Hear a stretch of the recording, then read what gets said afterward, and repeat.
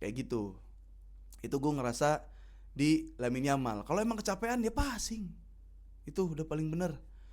Karena gue ngerasa Yamal nih dalam making nih masih belum 100% gitu, kayak masih baru 75, baru 70.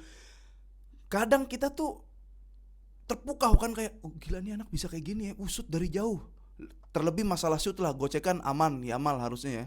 Lewatin 1 2 3 pemain aman, kayak entah dia mau passing atau shoot itu yang masih belum oke, nggak apa-apa lah, lu masih muda gitu. Masih banyak bisa belajar lagi itu Yamal nih.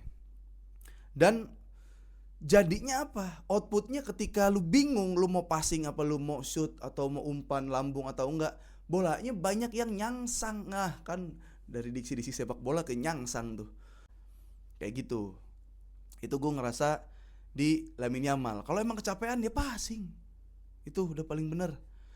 Karena gue ngerasa Yamal nih dalam making nih masih belum 100% gitu, kayak masih baru 75, baru 70.